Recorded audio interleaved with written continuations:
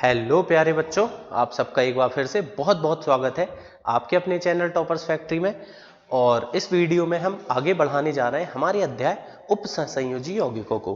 उपसंयोजी यौगिक के बारे में बहुत सारी बातें हम ऑलरेडी सीखते आ रहे हैं बेटा, जिसमें लिगेंड का वर्गीकरण बहुत इंपॉर्टेंट है। मैं बार बार आपसे बोल रहा हूँ, लिगेंड के नाम, उनका आवेश तथा उनका सूत्र कोशिश करिए आपको बढ़िया से याद हो जाए। बार बार उसको रिवाइज करिए ताकि बिल्कुल भूल ना पाए अपन, है ना। और ये आवेश आज आपको बहुत काम पड़ने वाला है, क्योंकि आज में एक बहुत इंपॉर्टेंट टॉपिक, ये डायरेक्ट आपसे बेटा परीक्षा में प्रश्न बनाकर ये पूछा जा सकता है, या अगर आप यौगिकों का नामकरण सीखना चाहते हैं, IUPAC नामकरण, तो वहां भी आपको ये बहुत ज्यादा काम पड़ने वाला है।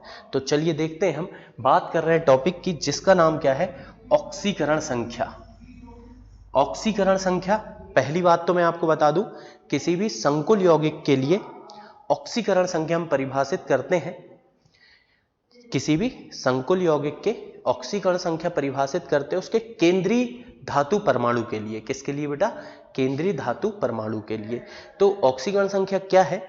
यह एक आवेश है। अब ये आवेश कभी कभी बेटा वास्तविक हो सकता है, मतलब ऐसा हो सकता है सही में धातु आयन पर कोई आवेश हो, कभी कभी ये आभासी भी होता है। तो ये एक आवेश है जो कि वास्तविक भी हो सकता है और आभासी भी हो सकता है, जो हमें यह बताता है कि उस धातु आयन ने कितने इलेक्ट्रॉन का त्याग किया है। देखिए, कोई भी धातु परमाणु जब तक है, परमाणु है तो उसकी ऑक्सीकरण संख्या है 0, लेकिन जब वो इलेक्ट्रॉन त्याग करके धनायन बनाता है, मतलब उसका क्या हो चुका होता है बच्चों, ऑक्सीकरण। तो कितने इलेक्ट्रॉन त्यागे, वही उसको बताता है, उसकी ऑक्सीकरण संख्या को बताता है। तो चलिए, ऑक्सीकरण संख्या की पहले मैं परिभाषा लिखूंगा, उसके बाद फिर हम आगे बात करेंगे। तो ऑक्सीकरण संख्या क्या है? किसी संकुल में उपस्थित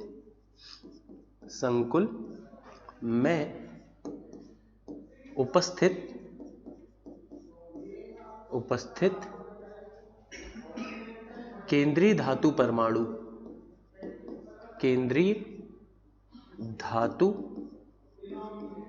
परमाणु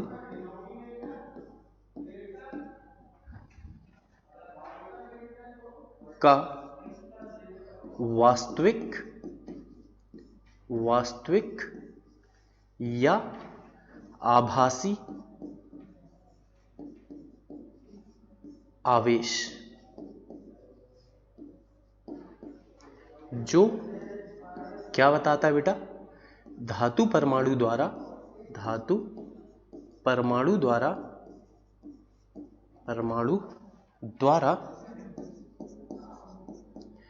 त्यागे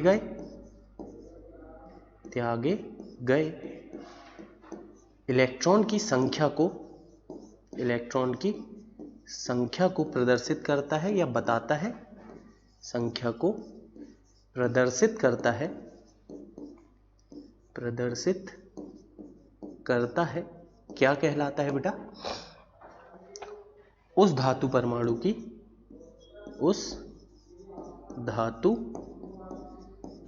की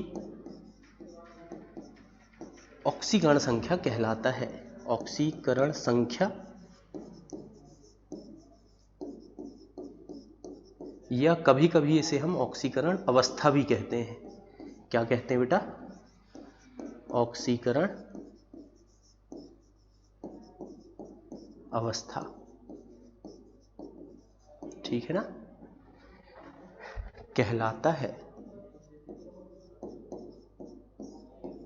तो ये बड़ी महत्वपूर्ण बात है कि ऑक्सीकरण संख्या, वैसे तो आपने रेडॉक्स अभिक्रियाएं जब पढ़ी होगी 11वीं कक्षा में बेटा, अपचयन और ऑक्सीकरण, तो वहां पर ऑक्सीकरण संख्या के बारे में बहुत डिटेल में पढ़े होंगे ना। तो यहां पर भी वैसे ही है, कुछ नया नहीं है ज्यादा कुछ। ऑक्सीकरण संख्या किसकी लिखते हैं हम? केंद्रीय धातु परमाणु की। केंद्रीय धातु परमाणु के लिए ऑक्सीकरण संख्या लिखी जाती है।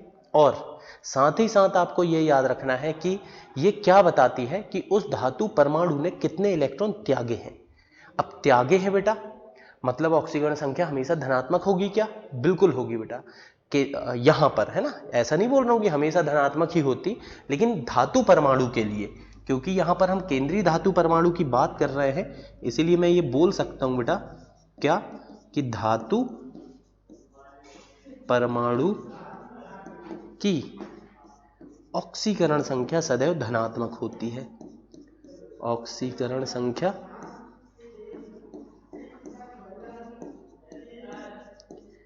धनात्मक होती है, या कभी कभी बेटा ऐसा भी हो सकता है कि कोई इलेक्ट्रॉन ना त्यागे वो, तो इसीलिए हम बोल सकते हैं शून्य भी हो सकती है ना। तो धनात्मक या शून्य होती है। ये अच्छी इंपॉर्टेंट बात है, आप ध्यान रखें। पहला मैंने बताया ऑक्सीकरण संख्या क्या होती है। यह एक आभासी या वास्तविक आवेश है केंद्रीय धातु परमाणु पर उपस्थित, जो ये बताता है कि उसने कितने इलेक्ट्रॉन त्यागे हैं या ग्रहण तो नहीं कर सकता, त्यागे हैं। और धातु परमाणु की ऑक्सीकरण संख्या इस अध्याय में जब भी निकालोगे आप, या तो धनात्मक आएगी या बेटा शून्य आएगी, कभी भी ऋणात्मक नहीं आएगी। एक और बात, किसी संकुल के लिए, संकुल में उपस्थित, संकुल में उपस्थित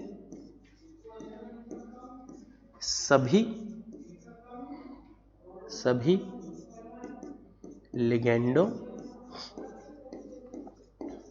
तथा धातु परमाणु, केंद्रीय धातु परमाणु भी लिख सकते हैं आप, कि ऑक्सीकरण संख्याओं का योग, ऑक्सीकरण संख्याओं का योग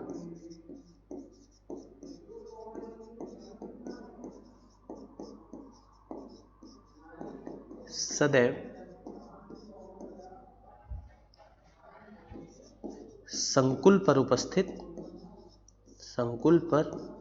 उपस्थित कुल आवेश के बराबर होता है। कुल आवेश के बराबर होता है। अब इस बात को मैं थोड़ा सा बेटा उदाहरण के द्वारा ज़्यादा अच्छे से समझा पाऊंगा। जैसे मान करके चलिए बेटा, मेरे पास यौगिक है K4FeCN6, ये मेरा एक संकुल यौगिक है। तो जब भी मुझसे बोला जाएगा ऑक्सीकरण संख्या बताइए, तो मैं ऑक्सीकरण संख्या किसकी बताऊंगा? जो संकुल के अंदर, मतलब बेटा डिब्बे के अंदर जो धातु परमाणु उपस्थित है, हमेशा हम उसी की ऑक्सीकरण संख्या बताएंगे। यहाँ पर धातु परमाणु कौन सा है बेटा? Fe, मतलब कि आयरन। तो हमेशा हम इसी की ऑक्सीकरण संख्या निकालेंगे, और इसके लिए हम यौगिक को पहले आयनित करेंगे, मतलब आयन में तोड़ेंगे। और जैसा कि आप जानते हैं K+ रहेगा सामने, K+, और साथ में क्या बनेगा बच्चों? ये डिब्बा वाला जो हिस्सा है, यानी जो संकुल है, वो FeCN6 4- बनेगा। अब ये 4- का चक्कर आप समझ गए होंगे, ये 4 यहां से उठ के यहां ऊपर जाएगा बेटा, ठीक है। अब आपको निकालना है क्या? ऑक्सीकरण संख्या। तो मैंने जो बात लिखवाई उसी का हम फायदा उठाएंगे। ये आपकी आयरन है, इसकी ऑक्सीकरण संख्या बताना है। मैंने मान लिया बेटा इसकी ऑक्सीकरण संख्या है X, इसकी ऑक्सीकरण संख्या कितनी है? X। अब ये मेरा लिगेंड है, और जितने लिगेंड है सब, मतलब धातु परमाणु और लिगेंडों की ऑक्सीकरण संख्याओं का योग कुल आवेश के बराबर होगा। तो मैं जानता हूं बेटा Cn जो है तेरा लिगेंड है, इसका आवेश होता है ऋण 1। किसी भी लिगेंड का आवेश ही उसकी ऑक्सीकरण संख्या होती है, ध्यान रखना बेटा। किसी लिगेंड के लिए जो उसका आवेश होगा, आवेश, वही उसकी ऑक्सीकरण संख्या होगी, ठीक है ना। आवेश ही ऑक्सीकरण संख्या होगी। तो देखते हैं यहां पर X ये हो गया, प्लस Cn का आवेश अपने को पता है बेटा ऋण 1 होता है, गुणित कितने Cn है मेरे पास? 6, बराबर कुल आवेश कितना है बच्चों? ऋण 4। 4- लिखूं या -4 लिखें, बात एक ही होती है ना। तो यहां से मैं X निकालने की कोशिश करता हूं, प्लस माइनस का माइनस, 6 एकम 6 बराबर ऋण 4, X बराबर ऋण 4 धन 6, कितना आ जाएगा बच्चों? धन 2।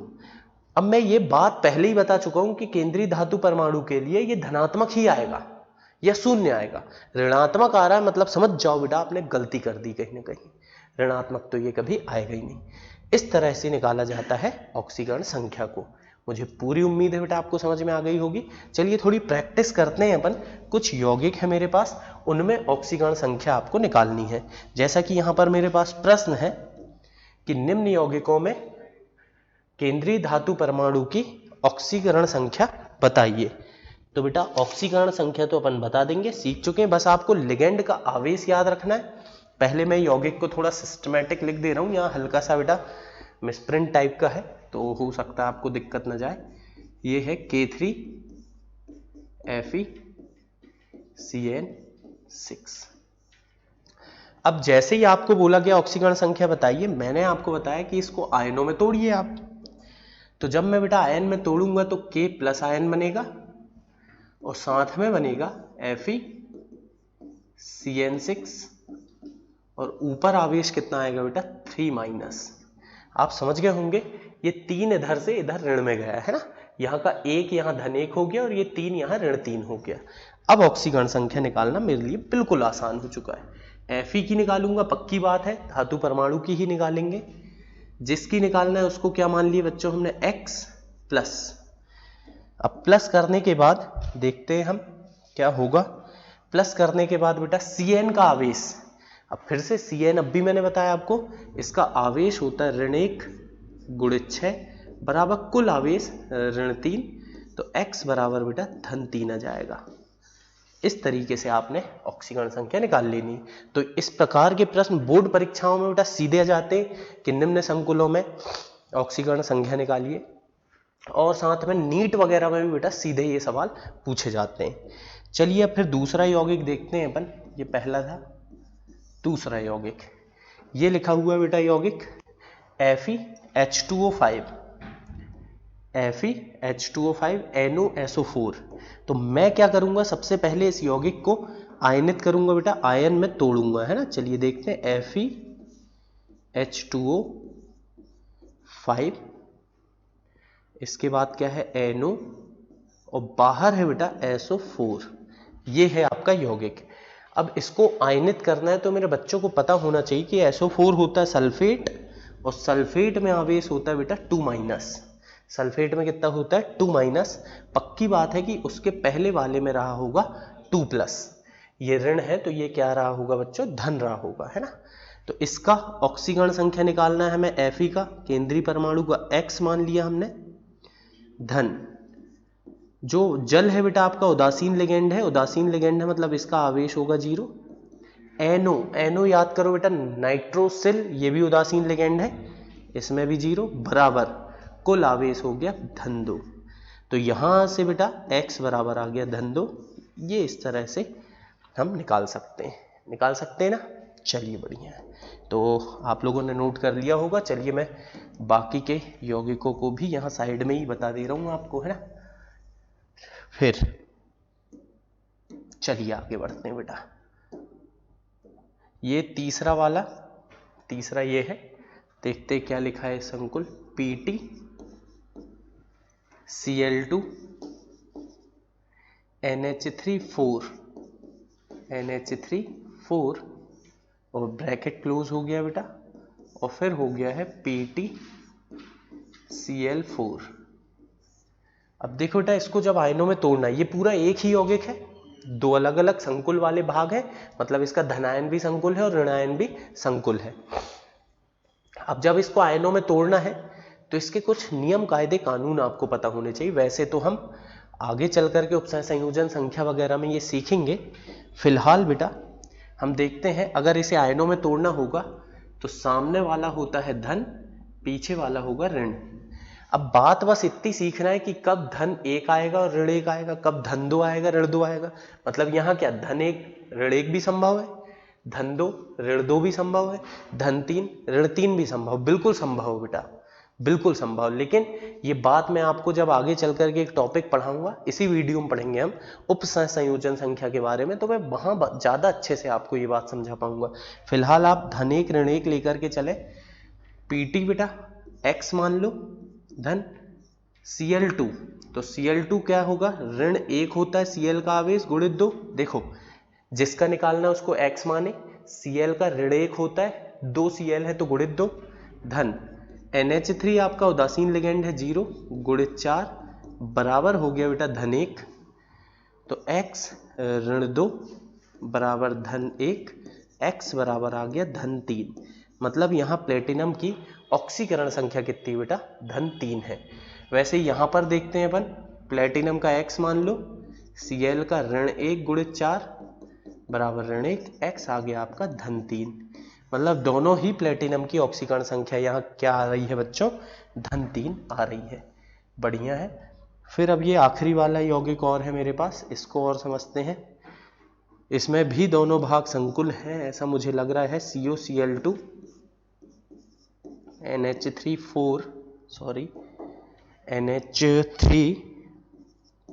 4 और इसके बाद है CrCN6। इसको भी आप आयनों में तोड़ेंगे। तो जब आप इसको आयनों में तोड़ेंगे बेटा, तो यहां आएगा कितना? -1 और यहां आएगा कितना? -1। ठीक है ना? अब बस काम आसान है, जिसका निकालना है उसको x मान लो। Cl का -1 गुणित 2, NH3 का 0 गुणित 4 बराबर -1, यहां से x आ जाएगा -3। इसकी भी निकाल सकते हैं आप। Cr की आपने x मान ली, Cn -1 गुणित 6 बराबर -1, तो x बराबर -5 आ गया बेटा। इस तरीके से आप ऑक्सीकरण संख्या निकाल सकते हैं ना। तो ये कुछ थे। आप क्या करिए, अपने तरफ से भी बेटा कुछ संकुल लीजिए, अपनी किताब से ले सकते हैं आप, कोई भी बुक जो भी आपके पास है, और उससे प्रैक्टिस करिए। कम से कम आप 10-15 कंपाउंड की प्रैक्टिस कर लेंगे तो आपको बिल्कुल ये कॉन्सेप्ट बहुत अच्छे से क्लियर हो जाएगा। लेकिन आपको इसके लिए लिगेंड का आवेश तो याद करना ही पड़ेगा, अदरवाइज ये नहीं बनेगा आपसे, है ना। चलिए बढ़िया है। फिर बेटा हम आगे बढ़ते हैं और समझते हैं एक और अच्छा कॉन्सेप्ट, जिसका नाम है समन्वयन संख्या, या इसको बच्चों हम कहते हैं उप सहसंयोजन संख्या। बहुत अच्छा टॉपिक है, बड़े ध्यान से समझें। आपको बिल्कुल बेटा बोर्ड परीक्षा में डायरेक्ट इससे प्रश्न आ जाते हैं। कई बार तो परिभाषा ही पूछ ली जाती, कभी कभी कुछ यौगिकों में समन्वयन संख्या निकालने को जाता है। साथ ही साथ JEE मेंस और नीट में, मेंस में तो नहीं बोलूंगा बेटा, नीट में भी ये आ जाते हैं ना। क्या JEE मेंस के सवाल थोड़े से अच्छे लेवल के होते हैं, तो उसमें ऐसे सीधे प्रश्न तो आए, संभावना कम होती। तो समन्वयन संख्या मतलब मैं मानूंगा बेटा पड़ोसियों की संख्या। कैसे सर? एक केंद्रीय समन्वयन संख्या, या इसको नाम दिया हमने उप सहसंयोजी संख्या। तो जो समन्वयन संख्या है ये हमेशा किसके लिए लिखते हैं हम? ये हमेशा केंद्रीय धातु परमाणु के लिए। ऑक्सीकरण संख्या किसके लिए लिखे थे? केंद्रीय धातु परमाणु के लिए। मतलब समन्वयन संख्या और ऑक्सीकरण संख्या दोनों ही परिभाषित होती हैं केंद्रीय धातु परमाणु के लिए। अब केंद्रीय धातु परमाणु लिगेंड के साथ उपसहसंयोजी बंध बना रहा है, तो एक केंद्रीय धातु परमाणु लिगेंड के साथ जितने उपसहसंयोजी बंध बनाएगा बेटा, उसी की संख्या को हम क्या बोलेंगे बच्चों? समन्वयन संख्या। देखिए इस बात को थोड़ा 1-2 उदाहरण से अपन समझे तो आपको थोड़ा मजा आएगा। जैसे आपके पास है वही अपना फेवरेट एग्जांपल K4Fe(CN6). इसको आप देखेंगे तो इसमें क्या होगा, K+ तो अलग हो जाएगा, संकुल जो है वो कौन है? Fe(CN6) 4-, ये हमारा संकुल है। अब इस संकुल की अगर मैं संरचना बनाऊं तो क्या होगा? Fe बीच में है, 6 CN आसपास से इसको घेरे हुए हैं, इस तरह से बेटा घेरा लगा करके बैठ गए ये सारे के सारे CN, और आवेश है इसके ऊपर ऋण 4। अब इसमें होता क्या है, ये जो CN का कार्बन है ये अपने 2 इलेक्ट्रॉन इसकी तरफ दान करता है। ये CN का कार्बन भी 2, ये भी 2 इलेक्ट्रॉन, इस तरह से 2 इलेक्ट्रॉन का दान करके ये इससे उपसहसंयोजी बंध बनाते हैं। ये बात तो हम बहुत देर से कर रहे हैं। तो ये जितने उपसहसंयोजी बंध बनाते हैं बेटा, उसी की संख्या को हम क्या कहते हैं? समन्वयन संख्या। तो मतलब समन्वयन संख्या की अगर परिभाषा लिखना हो तो मैं क्या लिख सकता हूं बेटा? चलिए पहले परिभाषा लिखते हैं। किसी संकुल में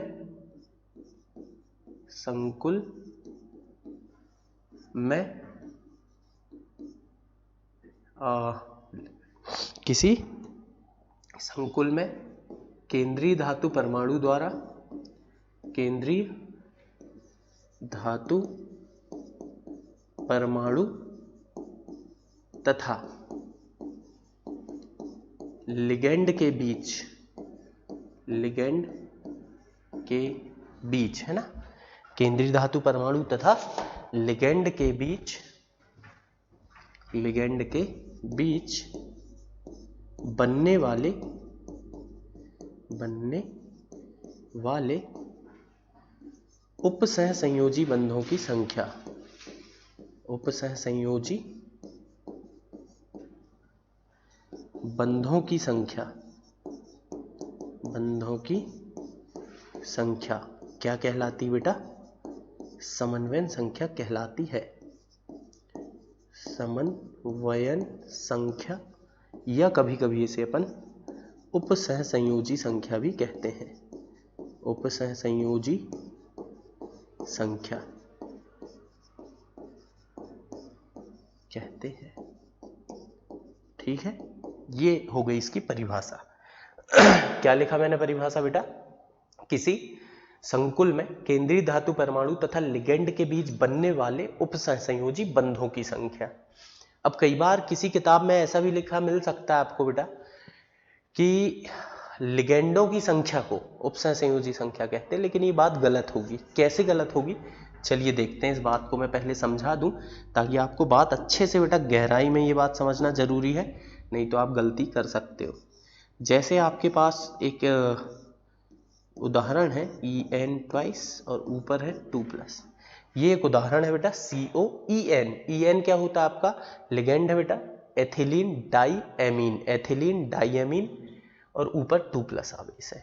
इसकी मैं संरचना बनाता हूं। देखिए, अगर लिगेंड की संख्या ही उपसंयोजन संख्या है तो इसकी समन्वयन संख्या होनी चाहिए 2। कितनी होनी चाहिए बेटा? 2। लेकिन यहां 2 नहीं होगी। कैसे नहीं होगी वही मैं समझाना चाह रहा हूं। ये हो गया अपने पास CO, En एथिलीन डाईएमीन होता है।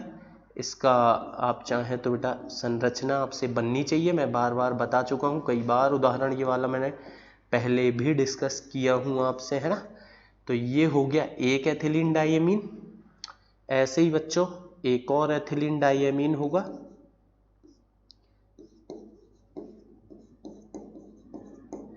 ट्वाइस लगा है मतलब 2 है ना, समझिए आप। En एथिलीन डाईएमीन, ट्वाइस नीचे लगा है मतलब 2 लगा है बेटा, 2 बार है, एक बार ये एक बार वो। अब आप उपसहसंयोजी बंध देखिए, एक ये नाइट्रोजन बनाएगा, एक ये नाइट्रोजन, एक ये नाइट्रोजन और एक ये नाइट्रोजन। इस प्रकार से उपसहसंयोजी बंधों की संख्या 1 2 3 4 आ रही बेटा, 4। तो समन्वयन संख्या 4 होगी। देखने में लग रहा था 2 आएगी, मतलब समन्वयन संख्या लिगेंड की दंतुरता पर निर्भर करेगी। एक लिगेंड अगर एक दंतुर लिगेंड है तो एक लिगेंड एक ही उपसहसंयोजी बंध बनाएगा। अगर 4 लिगेंड रहे 4 उपसहसंयोजी बंध बनेंगे, 6 लिगेंड रहे 6 उपसहसंयोजी बंध बनेंगे। तो समन्वयन संख्या उसी आधार पर निकाली जाएगी। और अगर बेटा द्विदंतुर लिगेंड है तो जितनी लिगेंड की संख्या होगी समन्वयन संख्या उससे डबल यानी 2 गुनी होगी। अगर त्रिदंतुर लिगेंड है तो जितनी लिगेंड की संख्या होगी समन्वयन संख्या उससे 3 गुनी होगी। मतलब बेटा मैं ये कह सकता हूं समन्वयन संख्या बराबर, समन्वयन संख्या बराबर क्या बोल सकते बेटा अपन, लिगेंड की संख्या, लिगेंड की संख्या गुणित दंतुरता, दंतुरता। आप इससे निकाला करो कभी भी, इससे अच्छा बेटा कोई सूत्र नहीं है समन्वयन संख्या का। वैसे तो मैं बोलता हूं कि अगर आपसे संरचना वगैरह बन रही है तो बेस्ट है बेटा, उससे अच्छा तो कुछ है ही नहीं। लेकिन आप सूत्र लगाना है तो ये लगा सकते हैं, है ना। जैसे अगर आपके पास एक दंतुर लिगेंड रहा बेटा, एक दंतुर लिगेंड के लिए,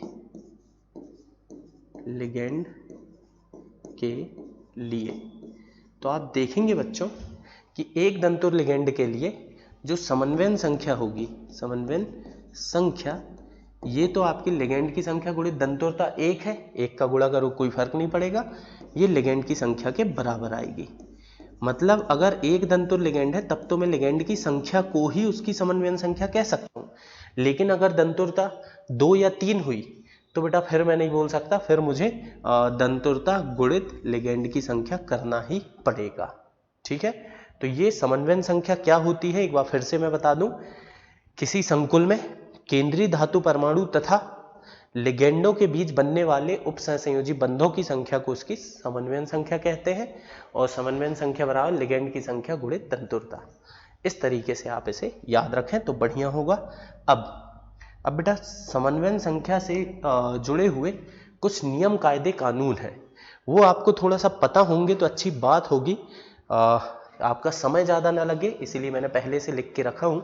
समन्वयन संख्या के नियम, पहला नियम इसका क्या कहता है बेटा कि 3D श्रेणी, कौन सी श्रेणी, 3D श्रेणी के +3 आयन, 3D समझ गए आप, scandium, titanium, vanadium, chromium, manganese, iron, cobalt, nickel, copper और जिंक, इनके लिए अगर +3 आयन किसी में बन रहा है और साथ ही साथ Pt+4, Pd+4 और Cr+6 की समन्वयन संख्या +6 होगी।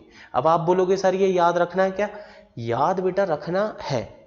अगर आप अच्छे लेवल की पढ़ाई करना चाहें, मतलब आप चाहते हैं नीट और जेईई मेंस की सही तैयारी हो, तो आपको ये याद करना है। इससे आप अच्छे सवाल बहुत अच्छे से कर पाएंगे और कुछ अच्छी बातें मैं बताऊंगा। देखिए 3D श्रेणी के +3 आयन के लिए तथा Pt+4, Pd+4, Cr+6 के लिए समन्वयन संख्या कितनी है? 6।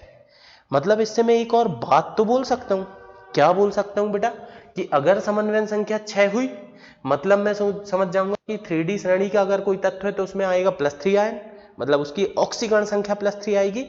और अगर समन्वयन संख्या 6 हुई तो Pt रहा तो इसकी ऑक्सीकरण संख्या +4 आएगी, Pd की ऑक्सीकरण संख्या +4 आएगी, Cr की ऑक्सीकरण संख्या +6 आएगी।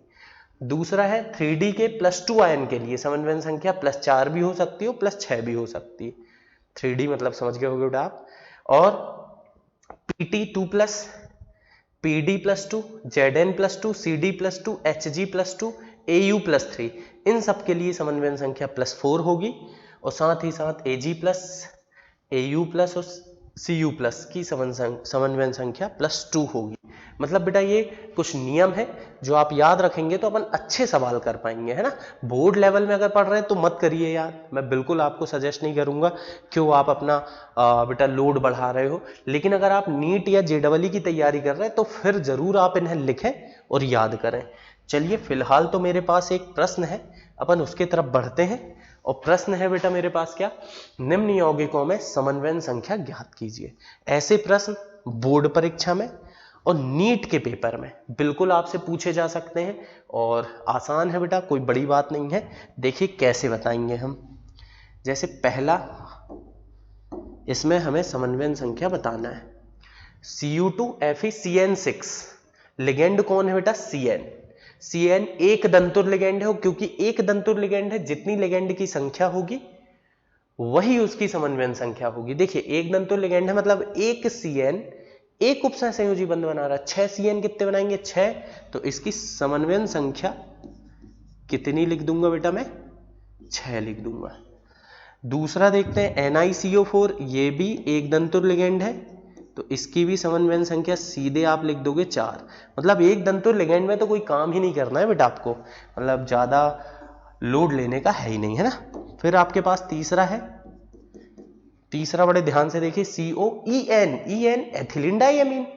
ये तो सर द्विदंतुर लिगेंड है, मतलब द्विदंतुर मतलब एक लिगेंड दो उपसहसंयोजी बंध बनाता है, एक लिगेंड 2 बनाता है, तो 3 लिगेंड 6 बनाएंगे। या ऐसे कर बेटा, लिगेंड की संख्या गुणित दंतुरता, लिगेंड की संख्या 3 है, गुणित दंतुरता इसकी 2 है, तो 3 दूनी होगा 6, तो इसकी समन्वयन संख्या बेटा आएगी कितनी?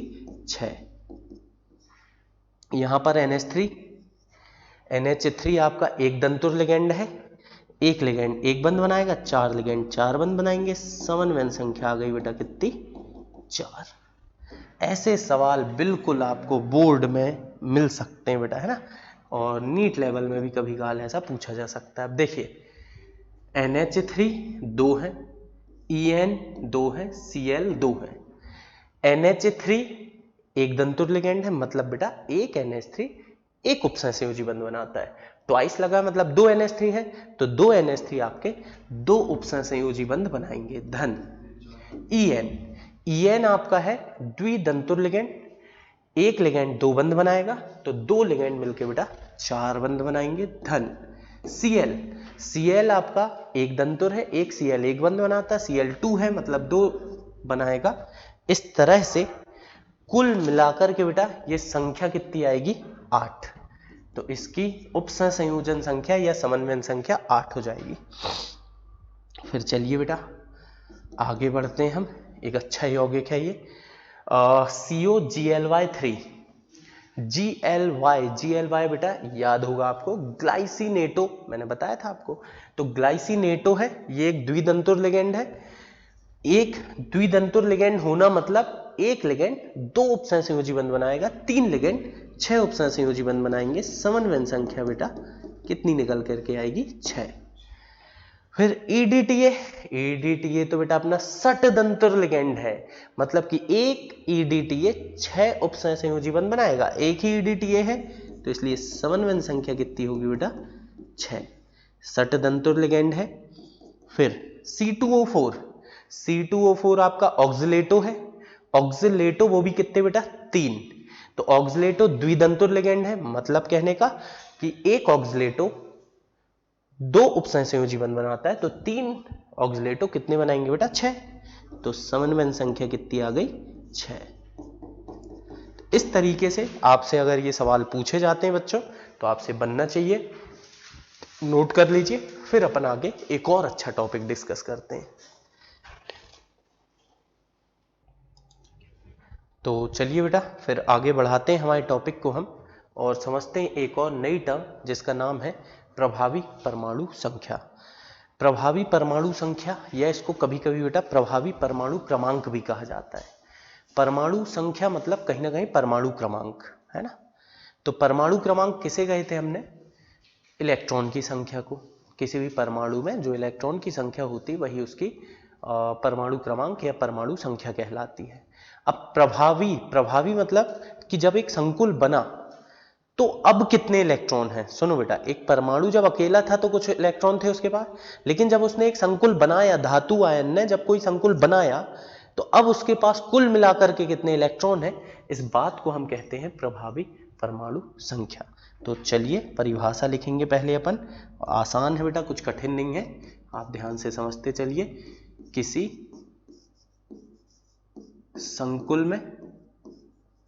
संकुल के केंद्रीय धातु परमाणु में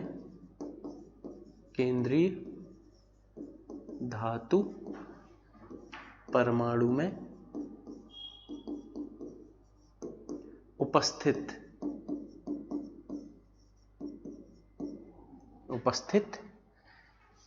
कुल इलेक्ट्रॉन की संख्या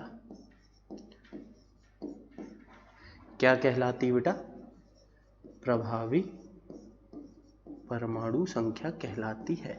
ठीक है ना, प्रभावी परमाणु संख्या कहलाती है, ये एक बात। ठीक है, अब जैसे हम उदाहरण से इस बात को समझेंगे और इसका एक सूत्र भी निकालेंगे बच्चों अपन। जैसे मान लीजिए आपका फेवरेट Cu2Fe(CN6), देखिए इसमें हमने 2 चीजें इसी वीडियो में बेटा 2 बातें मैंने समझाया, ऑक्सीकरण संख्या और समन्वयन संख्या। ऑक्सीकरण संख्या भी हम केंद्रीय धातु परमाणु के लिए परिभाषित करते हैं। ऑक्सीकरण संख्या क्या बोला था हमने, कि जब कोई केंद्रीय धातु परमाणु जितने इलेक्ट्रॉन त्यागता है वही उसकी क्या कहलाती, ऑक्सीकरण संख्या। तो मतलब बेटा ये केंद्रीय धातु परमाणु की ऑक्सीकरण संख्या हमें क्या बताती है कि उसने कितने इलेक्ट्रॉन त्यागा है, कितने इलेक्ट्रॉन दे दिया है। जबकि समन्वयन संख्या क्या बताती है बेटा, समन्वयन संख्या बताती कि केंद्रीय धातु परमाणु ने कितने इलेक्ट्रॉन ले लिया है। कैसे, अगर समन्वयन संख्या 2 है इसका मतलब कि उस केंद्रीय धातु परमाणु ने 4 इलेक्ट्रॉन लिया। एक बंध में 2 इलेक्ट्रॉन लेता है तो 2 बंध में 4 इलेक्ट्रॉन। अगर उपसंयोजन संख्या यह समन्वयन संख्या बेटा 4 है, मतलब उसने इलेक्ट्रॉन लिया कितने होगा 8। अगर समन्वयन संख्या 6 है तो इलेक्ट्रॉन लिया कितने होगा 12। तो इस तरह से हम कह सकते हैं कि उपसंयोजन संख्या में, एक उपसंयोजन संख्या में केंद्रीय धातु परमाणु 2 इलेक्ट्रॉन ग्रहण करता है और जबकि ऑक्सीकरण संख्या में वो इलेक्ट्रॉन त्यागता है। कैसे बेटा समझना आप। जैसे मैं यहां Fe की ऑक्सीकरण संख्या निकालना चाह रहा हूं, तो अगर बच्चों में यहां पर Fe की ऑक्सीकरण संख्या निकालना चाह रहा हूं, इसको मैंने मान लिया x, फिर क्या धन, इसका आवेश मैंने मान लिया ऋण 1, मान लिया क्या बेटा, मुझे पता है Cn का आवेश ऋण 1 होता है, गुणित 6 बराबर कुल आवेश, तो ये 2 यहां जाएगा बेटा 2 माइनस में, तो बराबर ऋण 2, समझ गए ना, ये 2 इधर जाएगा ऋण में, तो ये हो जाएगा x बराबर धन का 4। मतलब यहां ऑक्सीकरण संख्या धन 4 है। ये ऑक्सीकरण संख्या क्या बता रही है बेटा, ये ऑक्सीकरण संख्या चीख चीख करके बता रही है कि धातु परमाणु ने 4 इलेक्ट्रॉन दिए हैं। किसे दिए हैं, बाहर वाले आयन को दिए। ऑक्सीकरण संख्या हमेशा बाहर वाले आयन से संबंधित होती है, ये बात आगे चल के कहीं ना कहीं हम करेंगे। तो कुल मिलाकर के मैं ये कह सकता हूं कि जब मेरे पास Fe था बेटा, तो उसके पास कितने इलेक्ट्रॉन थे, परमाणु Fe था, इसका परमाणु क्रमांक 26 था, मतलब इसके पास 26 इलेक्ट्रॉन थे। 26 तो इसके खुद के थे अपने, लेकिन 4 त्याग दिया बेटा, 4 कम हो गए, चले गए 4, बिल्कुल सही बात। अब इसकी समन्वयन संख्या कितनी बच्चों, समन्वयन संख्या 6 है। कैसे, एक दंतुर लिगेंड है, एक Cn एक उपसंयोजी बंध बनाता है, 6 Cn 6 उपसंयोजी बंध बनाएंगे। उपसंयोजन संख्या 6 है, मतलब कि ये 6 Cn मिल करके बेटा 2-2 इलेक्ट्रॉन हर एक Cn दे रहा है, मतलब टोटल कितने इलेक्ट्रॉन आ गए, देखना आए हैं। अब जोड़ रहा हूं मैं, ऑक्सीकरण संख्या में मैंने घटाया था, समन्वयन संख्या में मैं जोड़ रहा हूं। क्यों जोड़ रहा हूं, क्योंकि ये इलेक्ट्रॉन धातु आयन ने ग्रहण करे हैं। तो ग्रहण कितने करे, एक Cn से 2 करे थे, तो 6 Cn से कितने करे बेटा 12 करे, या इसको ऐसा भी बोल सकता हूं मैं कि 2 गुणित 6, 2 गुणित 6 कैसे, एक Cn से 2, तो 6 Cn से गुणित 6, तो कुल मिलाकर के ये कितना हो जाएगा बच्चों, 6 दूनी 12 और 26 38, ऋण 4 करोगे तो 34। इस प्रकार से ये होती इसकी प्रभावी परमाणु संख्या। अब प्रभावी परमाणु संख्या ऐसे नहीं निकालेंगे हर बार हम, मैं तो आपको एक बढ़िया सा सूत्र बता दूंगा, आप सूत्र मान रख के निकाल लेंगे, है। ये तो समझाने की बातें थी बेटा, आपको पता ही है, पहले तो हम थ्योरी पूरी समझते और फिर कुछ ना कुछ शॉर्ट ट्रिक तो रहती है। पहले हमने क्या देखे, केंद्रीय धातु परमाणु का परमाणु क्रमांक 26 था, जैसे यहां पर धन, पहले धन वाले को लिखते हैं अपन, 2 गुणित समन्वयन संख्या, 2 गुणित समन्वयन संख्या ऋण ऑक्सीकरण संख्या। इस तरह से आप प्रभावी परमाणु संख्या आसानी से निकाल सकते हैं। बोलिए, निकाल सकते हैं ना। ये हो गया बेटा इसका एक सूत्र, या इसको थोड़ा शॉर्ट में आपको लिखना हो तो इसको Z इफेक्टिव लिख देते हैं कभी कभी अपन, मतलब प्रभावी परमाणु संख्या बराबर परमाणु क्रमांक लिखे थे, इसको हम Z से प्रदर्शित करते हैं धन, 2 गुणित समन्वयन संख्या को बच्चों अपन अंग्रेजी में कहते हैं कोऑर्डिनेशन नंबर, इसलिए Cn से प्रदर्शित करते हैं, ऋण ऑक्सीकरण संख्या को ऑक्सीडेशन नंबर कहते हैं ON। चाहे तो शॉर्ट में ऐसे भी कहीं लिखा हो तो आप सही समझ सकते हैं। अगर आप हिंदी में याद रखना चाहते हैं तो मैंने तो बेटा बढ़िया से हिंदी में आपके सामने ये सूत्र लिख दिया, आप बढ़िया से याद कर लेंगे। क्या सूत्र लिखा है अपना, एक बार देखते हैं अपन इसको, प्रभावी परमाणु क्रमांक बराबर परमाणु क्रमांक धन 2 गुणित समन्वयन संख्या ऋण ऑक्सीकरण संख्या। इस प्रकार से आप प्रभावी परमाणु क्रमांक किसी भी धातु आयन का निकाल सकते हैं ना। तो बेटा ये बहुत इंपॉर्टेंट वीडियो जिसमें हमने बात की ऑक्सीकरण संख्या, समन्वयन संख्या और आखिरी में हमने बात की प्रभावी परमाणु क्रमांक की।